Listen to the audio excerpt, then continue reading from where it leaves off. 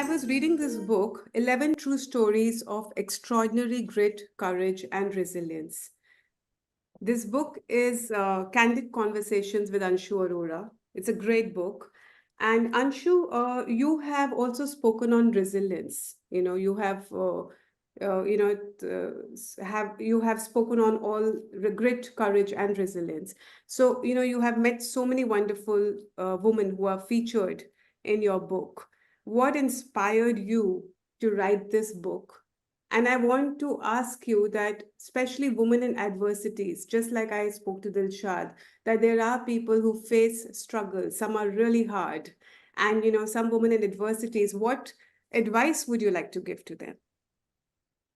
Well, first of all, thank you for having us here. Just like Dilshad said, another moment of acknowledgement that just a few windows away in this grid is chapter one of my book, which is Dilshad. And I'm absolutely grateful to have her in my book. She's the strength and the spinal cord of my book, filled with resilience.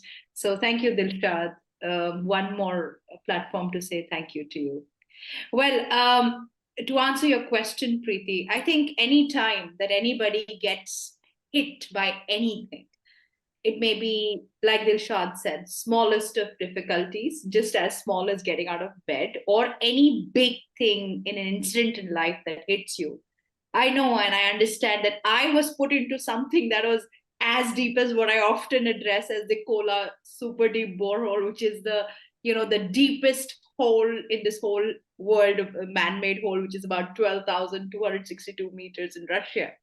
So I was hit and metaphorically put into a situation in a hole as deep as that.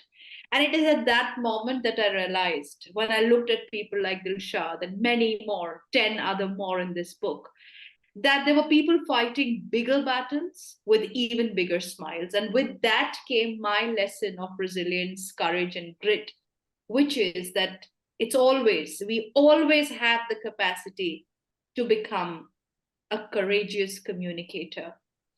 And that's my lesson for today. So, to become a courageous communicator, accept that it's okay to be vulnerable, accept that adversity is a absolute part of living life, and dealing with grit is no choice. You have to do it. There's no other way of looking back.